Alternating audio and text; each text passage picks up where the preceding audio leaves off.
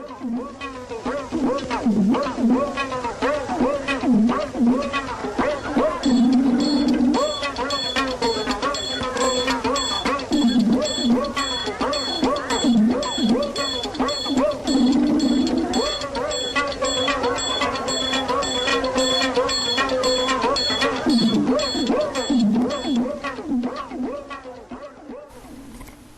বছরের রাজা। এক ছিলেন সওদাগর।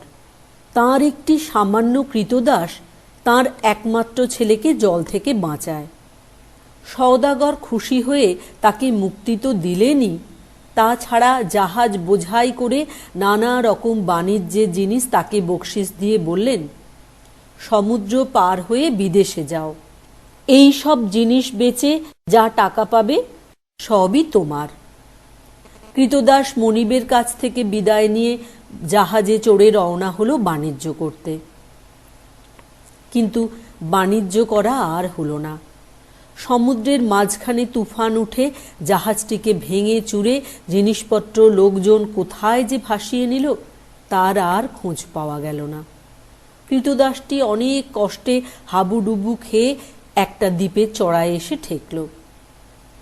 সেখানে ডাঙায় উঠে সে চারিদিকে চেয়ে দেখল তার জাহাজে চিহ্ন মাত্র নাই, তার সঙ্গে লোকজন কেউ নাই।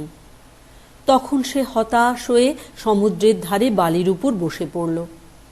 তারপর যখন সন্ধ্যা হয়ে এলো তখন সে উঠে দ্বীপের ভিতর দিকে যেতে লাগল।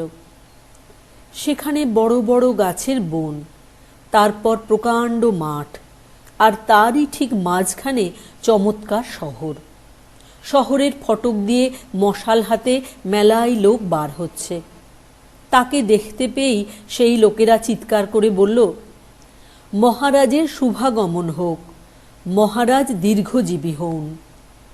তারপর সবাই তাকে খাতির করে জমকালো গাড়িতে চড়িয়ে প্রকাণ্ড এক প্রাসাদে নিয়ে গেল। সেখানে চাকরগুলো তাড়াতাড়ি রাজপোশাক এনে তাকে সাজিয়ে দিল। সবাই বলছে, মহারাজ মহারাজ, হুকুম মাত্র সবাই চটপট কাজ করছে। এসব দেখে শুনে সে বেচারা একেবারে অবাক।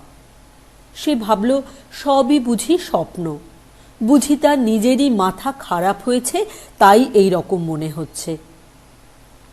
কিন্তু ক্রমে সে বুঝতে পারল সে জেগেই আছে, আর দিব্যি জ্ঞানও রয়েছে, আর যা যা ঘটছে সব সত্যি। তখন সে লোকদের বলল, এ কিরকম হচ্ছে বলো তো, আমি তো এর কিছুই বুঝছি না। তোমরা কেনই বা আমাকে মহারাজ বলছো, আর কেনই বা এমন সম্মান দেখাচ্ছ? তখন তাদের মধ্যে থেকে এক বুড়ো উঠে বলল, মহারাজ, আমরা কেউ মানুষ নই, আমরা সকলেই প্রেত গন্ধর্ব, যদিও আমাদের চেহারা ঠিক মানুষেরই মতো। অনেক দিন আগে আমরা মানুষ রাজা পাবার জন্য সবাই মিলে প্রার্থনা করেছিলাম, কারণ মানুষের মতো বুদ্ধিমান আর কে আছে। সেই থেকে আজ পর্যন্ত আমাদের মানুষ রাজার অভাব হয়নি। প্রতি বৎসরে একটি করে মানুষ এইখানে আসে, আর আমরা তাকে 1 বৎসরের জন্য রাজা করি। তার রাজত্ব শুধু ওই 1 বৎসরের জন্যই। বৎসর শেষ হলেই তাকে সব ছাড়তে হয়। তাকে জাহাজে করে সেই মরুভূমির দেশে রেখে আসা হয়, যেখানে সামান্য ফল ছাড়া আর কিছু পাওয়া যায় না। আর সারাদিন হাড় ভাঙা খাটুনি খেটে বালি না খুঁড়লে 1 ঘটি জলও মেলে না। তারপর আবার নূতন রাজা আসে। এই রকমে বৎসরের পর বৎসর আমাদের চলে আসছে। তখন দাস রাজা বললেন, আচ্ছা বলো তো, এর আগে তোমাদের রাজারা কিরকম স্বভাবের লোক ছিলেন? বুড়ো বলল, তাঁরা সবাই ছিলেন অসাবধান আর খামখেয়ালি। সারাটি বছর সবাই শুধু জাঁকজমকে আমোদে আহ্লাদে দিন কাটাতেন। বছর শেষে কি হবে কেউ সে কথা ভাবতেন না। নতুন রাজা মন দিয়ে সব শুনলেন। বছরের শেষে তার কি হবে এই কথা ভেবে কদিন তার ঘুম হলো না। তারপর সে দেশের সকলের চেয়ে জ্ঞানী আর পণ্ডিত যারা, তাদের ডেকে আনা হলো। আর রাজা তাদের কাছে মিনতি করে বললেন, আপনারা আমাকে উপদেশ দিন যাতে বছর শেষে এই সর্বনেশে দিনের জন্য প্রস্তুত হতে পারি। তখন সবচেয়ে প্রবীণ বৃদ্ধ যে, সে বলল, মহারাজ, শূন্য হাতে আপনি এসেছিলেন, শূন্য হাতেই আবার সেই দেশে যেতে হবে, কিন্তু এই 1 বছর আপনি আমাদের যা ইচ্ছা হয় তাই করাতে পারেন। আমি বলি, এই বেলা রাজ্যের ওস্তাদ লোকেদের সেই দেশে পাঠিয়ে সেখানে বাড়ি করে, বাগান করে, চাষবাসের ব্যবস্থা করে চারিদিক সুন্দর করে রাখুন।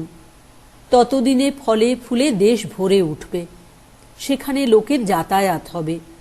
আপনার এখানকার রাজত্ব শেষ হতেই সেখানে আপনি সুখে রাজত্ব করবেন।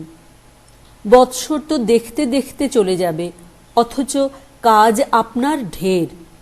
কাজেই বলি, এই বেলা খেটে খুঁটে সব ঠিক করে নিন।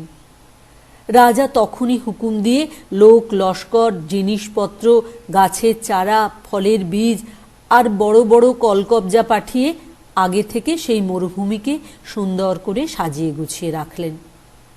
তারপর যখন বছর ফুরিয়ে এলো, তখন প্রজারা তাঁর ছত্র, মুকুট, রাজদণ্ড সব ফিরিয়ে নিল। তাঁর রাজার পোশাক ছাড়িয়ে 1 বছর আগেকার সেই সামান্য কাপড় পরিয়ে তাঁকে জাহাজে তুলে সেই মরুভূমির দেশে রেখে এলো। কিন্তু সে দেশ আর এখন মরুভূমি নাই। চারিদিকে ঘরবাড়ি, পথঘাট, পুকুর, বাগান। সে দেশ এখন লোকে লোকারণ্য। তারা সবাই এসে ফুর্তি করে শঙ্খ ঘণ্টা বাজিয়ে তাঁকে নিয়ে সিংহাসনে বসিয়ে দিল। 1 বছরের রাজা সেখানে জন্ম ভরে রাজত্ব করতে লাগলেন।